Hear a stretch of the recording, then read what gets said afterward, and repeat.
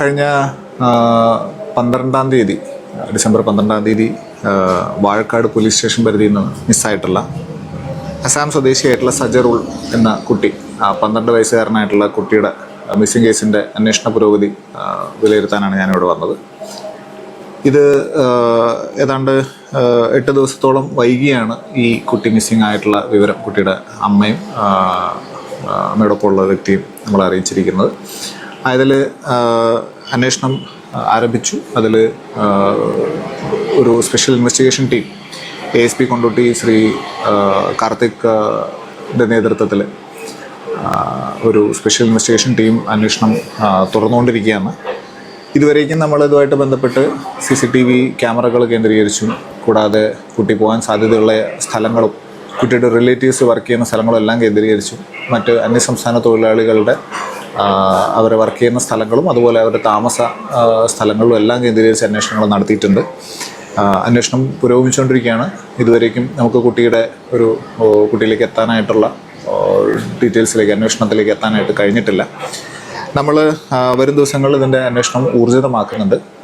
ഒരു മാസീവായിട്ടുള്ള ഒരു സെർച്ച് അടുത്ത ദിവസങ്ങൾ നമ്മൾ പ്ലാൻ ചെയ്യുന്നുണ്ട്. അതിൽ പരമാവധി നാട്ടുകാരുടെയും കൂടി സഹായത്തോടു കൂടി കുട്ടി മിസ്സിംഗ് ആയിട്ടുള്ള സ്ഥലത്തും അതിന് ചുറ്റുവട്ടത്തുള്ള ഏരിയകളും പൂർണ്ണമായിട്ട് പരിശോധിക്കാനായിട്ടുള്ള നടപടികൾ സ്വീകരിച്ചു വരുന്നു. കൂടാതെ ഈ കുട്ടി പോയിട്ടുണ്ടാവാൻ സാധ്യതയുള്ള ബസ് സ്റ്റാൻഡുകളും അല്ലെങ്കിൽ ആസാമിലോട്ട് തിരിച്ചു പോകാൻ സാധ്യതയുള്ള റെയിൽവേ സ്റ്റേഷനുകൾ കേന്ദ്രീകരിച്ച് അന്വേഷണം വിപുലീകരിക്കുന്നുണ്ട്. ഓൾറെഡി തൊട്ടടുത്തുള്ള സ്റ്റേഷനുകളെല്ലാം പരിശോധിച്ചിട്ടുണ്ടെങ്കിലും കൂടുതൽ തലങ്ങളിലേക്ക് അത് അന്വേഷണം മുന്നോട്ട് കൊണ്ടുപോവുകയാണ്.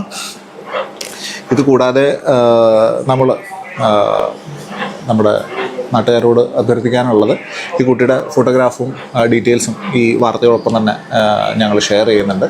അത് പരമാവധി ആളുകളിലേക്ക് എത്തിക്കാനുള്ള നടപടികൾ ദയവ് ചെയ്ത് സ്വീകരിക്കണം. അതോടൊപ്പം തന്നെ ഇതിൻ്റെ മറ്റ് ഭാഷകളിലുള്ള അസാമീസിലും ബംഗാളിയിലും ഒക്കെ ഉള്ള ഇതിൻ്റെ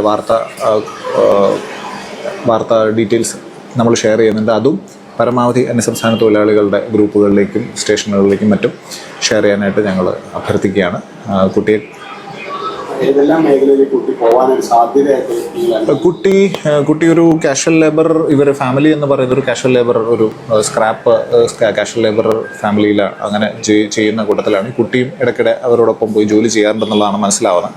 അപ്പോൾ അത്തരത്തിലുള്ള സ്ഥലങ്ങളിൽ ഒരു പക്ഷേ ജോലിക്കോ മറ്റോ കയറാനുള്ള സാധ്യത തള്ളിക്കളയാനാവില്ല. കുട്ടി ഇതിനു മുന്നേ കുട്ടിയുടെ ബ്രദർ കോയമ്പത്തൂർ ഉണ്ടായിരുന്നു, അവിടെ പോയതായിട്ടാണ്. അവിടെ നമ്മൾ അന്വേഷണം നടത്തിയിട്ടുണ്ട്, അവിടെ എത്തിയിട്ടില്ല.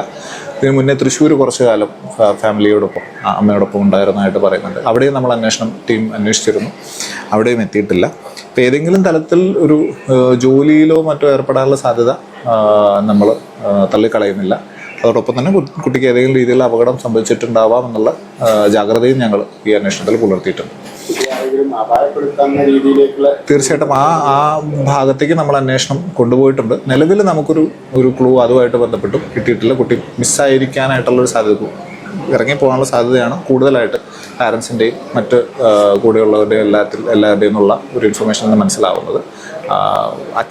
കുട്ടിയുടെ അച്ഛനുള്ളത് സ്വന്തം നാട്ടിൽ തന്നെയാണ്. ഇനി അങ്ങോട്ടേക്കുള്ള ട്രെയിൻ മാർഗം പോയിട്ടുണ്ടാവാം എന്നുള്ളൊരു സാധ്യതയിൽ നമ്മൾ റെയിൽവേ പോലീസായിട്ട് ബന്ധപ്പെട്ടും എല്ലാവിധ സന്നദ്ധ സംഘടനകളായിട്ട് ബന്ധപ്പെട്ടും എല്ലാം ഇതിൻ്റെ ഡീറ്റെയിൽസ് എല്ലാവർക്കും അയച്ചു കൊടുക്കും. തെരച്ചിലുകൾ പലയിടങ്ങളിലും നടക്കുന്നുണ്ട്. കുട്ടിയുടെ ലോക്കൽ പോലീസ് സ്റ്റേഷനിലും നമ്മൾ വിവരങ്ങൾ അറിയിച്ചിട്ടുണ്ട്. അവിടെ കുട്ടി ഇതുവരേക്കും ഒരു 4-5 ദിവസത്തെ ട്രാവലിംഗ് ടൈമിൽ ഒരുപക്ഷെ എത്തിയിട്ടുണ്ടാവാമെന്ന് കരുതി ഇതുവരേക്കും എത്തിയിട്ടില്ല എന്നുള്ളൊരു വസ്തുതയുണ്ട്. അതും നമ്മൾ ഡീറ്റെയിൽ ആയിട്ട് തന്നെ അന്വേഷിച്ചുകൊണ്ടിരിക്കുന്നുണ്ട്. ഇപ്പോൾ അന്വേഷണം വിപുലീകരിക്കുന്നതിനകത്ത് കൊണ്ടോട്ടി ASP കാർത്തിക് ആണ് അതിൻ്റെ ലീഡ് ചെയ്യുന്നത്. കരിപ്പൂർ ഇൻസ്പെക്ടർ അബ്ബാസ് അലി, അരീക്കോട് സബ് ഇൻസ്പെക്ടറുണ്ട്. ഇതുകൂടാതെ കൊണ്ടോട്ടി ഡാൻസ് ഓഫ് ടീമിനെ ഇതിലേക്ക് പൂർണ്ണമായിട്ടും നിയോഗിക്കാനുള്ളൊരു നടപടികൾ ചെയ്യുന്നുണ്ട്. ഇത് കൂടാതെ സബ് ഡിവിഷനിലെ പ്രഗത്ഭരായിട്ടുള്ള അന്വേഷണ ഉദ്യോഗസ്ഥരെ കൂടി വിപുലീകരിച്ചുകൊണ്ട് ടീം പുനരാവിഷ്കരിക്കാനുള്ള നടപടിക്രമവും ചെയ്തിട്ടുണ്ട്.